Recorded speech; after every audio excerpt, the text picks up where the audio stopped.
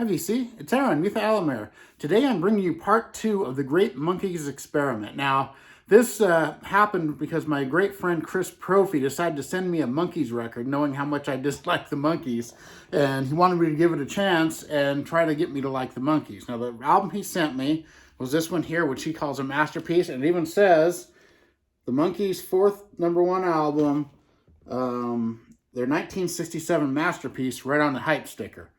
And there we go. And it's a very high quality record. Sounds great. The sound quality is really good on this. Here it is. That's what the vinyl looks like. Now, going into this, I'd only heard one song, and that was Pleasant Valley Sunday, because it's on that compilation right up there. And I never really cared for it. I know there's a lot of Monkees fans out there, a lot of people obsessed with them, kind of like I am with my bands, and that's cool. It's just I've never liked them for some reason. They always seemed very little kids-ish to me. So, like I said before, a step above the Wiggles is what I always thought of them. They are better than that. I will give them that for sure. So, listening to this record, what I did is I sat and listened to this the whole way through without interruption. I didn't just put it on the background, but I sat and listened to this 12 times the whole way through. And I'll get to this, how hard this was, but in a bit. You'll see why it was hard for me.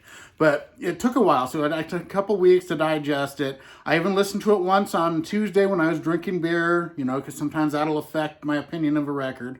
And here we go. So this is the Monkees, Pisces, Aquarius, Capricorn, and Jones Limited. I believe that's the LTD. So, I'm going to go through it track by track and give you my thoughts, and then I'll give you my rating of it, how I actually rated this album, track by track, and then as a full record. And I will kind of give why I rated it, why I did.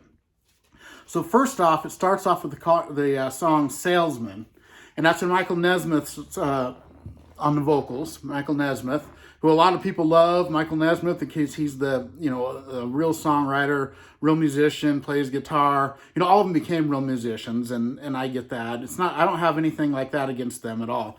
I know a lot of bands did stuff like that back then, where they had outside writers and had other people play on the Wrecking Crew and all that, which is cool. But Salesman, when I first heard this album, I'll have to say I didn't like it at all. But I kept listening and listening. And by the time I listened to it today for the 13th time. So actually 13. And my ranking on Salesman, which I really like the bass in that the best. That's what really stood out to me, was the bass. And that's not played by any of the members of the Monkees, but the bass is what I really loved. It's kind of a fun song. But I actually ranked that at a 6. So how I do it, songs I like are 6 or better. 10 being a song I absolutely love, and a song at number 1 or 0 being a song I actually despise. So a 5 is one I'm just kind of indifferent about. I don't hate it. I don't love it. I kind of like Salesman. It was pretty good. It grew on me a lot the more I heard it. Kind of a fun song. The next song was She Hangs Out, and that is sung by Davy Jones. And everyone gives Davy Jones a hard time. I actually don't mind him as much as some people compared to what they said, what I was expecting. And I really like the guitar on this song. That's what stood out to me the most. But to me, every time I heard it and heard his singing, it brought images in my head of the Monkees and the Brady Bunch together. I don't know what it is, but it's just has that sound when the Brady Bunch are doing their songs on the TV show or whatever. It's what it sounded like to me, and I ranked that at a 4. I really didn't care for She Hangs Out much, kind of goofy lyrics, and I didn't really like it all that much. Now the next song is The Door into Summer, and that one is another Michael Nesmith sung song, and it was all right. I like that one. It was I like it slightly better than Salesman, actually. Let me see what I got written here. I said it's it had a kind of a Jefferson Airplane feel to it in a way, which I kind of like. So I ranked that at a 6.5. Slightly, I slightly liked it. So that one was all right. Next up is Love Is Only Sleeping, another Michael Nesmith song, and that one, to me, this sounded like they were trying to sound like the Beatles, but it had that Brady Bunch sound to it again, where I don't know what it is. When I hear these songs, I just get that image in my head of them singing and dancing I don't know why the Monkees do that to me. It just does it. But I still like this enough to give it a 6. That was a pretty decent song. It's not bad. It's like kind of they were trying to be the psychedelic Beatles, but not getting there is what it sounded like to me.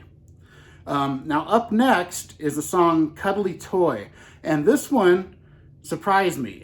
I know I'm a big Harry Nilsson fan, and Harry Nilsson wrote it, and you can totally tell he wrote it. The lyrics are very Nilsson, and I really love the lyrics. Even they're kind of a fun Nilsson song, and I like this way better than I thought I would. And it's sung by Davy Jones, which my favorite song so far was a Davy Jones song. I ranked that at a 7. So that one I like a little bit. It was Cuddly Toy.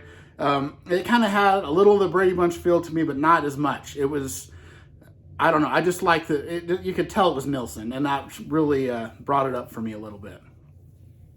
Now up next is the song Words, and that's the first one by Mickey Dolenz. Also has Peter Tork singing like with him on it. And this one here is the one that surprised me. And it's kind of a psychedelic, catchy song, and I really like the bass outro. The bass on the outro was excellent, really cool. My favorite song on the album, I'll tell you right there, was Words. I liked Words. I ranked it at an 8. So that's one song I would actually go back to and listen to. I like it. So there's a Monkees song I like, Words. Surprised me. Okay, now we get to side 2. Now here's where I had some problems. There's still some decent stuff on here, but starting off with Hard to Believe, it seemed like it was a schmaltzy TV commercial, like real cheesy. It's a Davy Jones sings it. I really did not care for that. That one I ranked a 3. So I just couldn't stand, I didn't like Hard to Believe much at all. It didn't grab me. Up next, another Michael Nesmith song, What Am I Doing Hanging Round? And that one I really disliked at first. It kind of has a country hoedown feel, but it kind of grew on me, and I ended up kind of liking it. And it ended up being ranked at a 6 for me. So I don't dislike it. I slightly like that song, which was way better than I thought it would be. And it's actually a pretty catchy song. I respect that song. It's pretty good. Now here's the problem. The next 20, how many seconds is this? I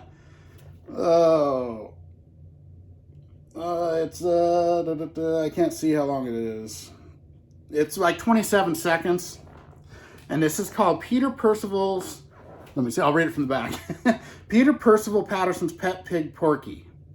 Now this was the biggest assault on my ears that had ever come out of my speakers. It just was instantly annoying. It ruined the whole side of the record for me, to tell you the truth. I couldn't get past it. It was just him saying this weird stuff, but it had this weird effect on his voice. It really was annoying.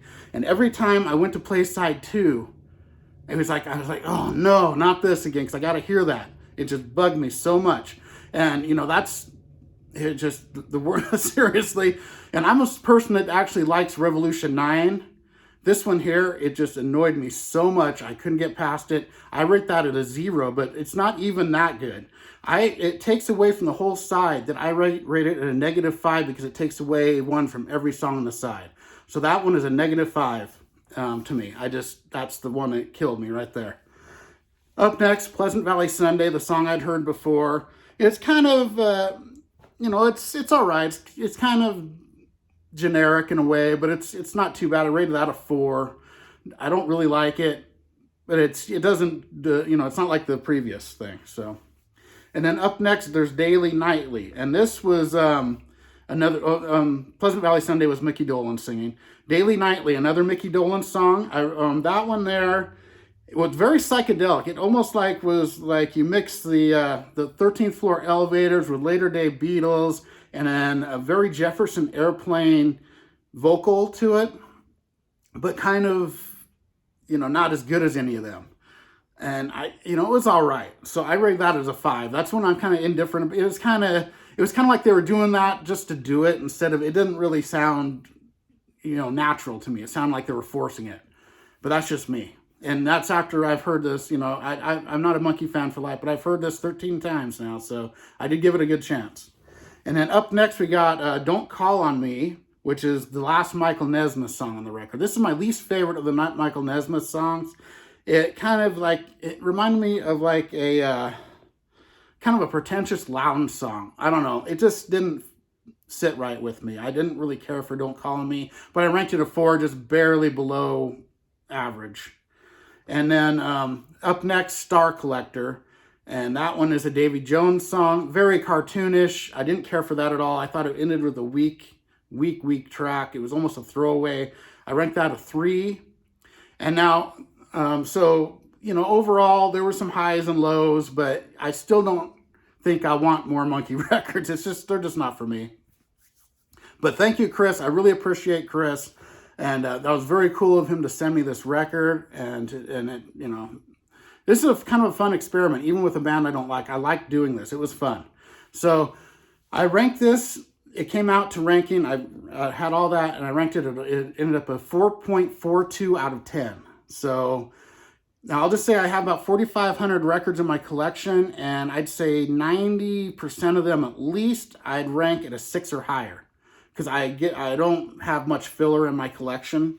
So this isn't the lower end of the spectrum for me, but I still will keep this record forever because of VCLT from my great friend Chris. I really appreciate it. And, you know, I'll pull it out every once in a while and listen to it. But except for, I just can't handle that one song. It just, I don't, it was 27 seconds or something, and it felt like minutes. And I just, it was, I just couldn't do it. But I'll have to say Words and Cuddly Toy and the Michael Nesmith songs for the most part were pretty good.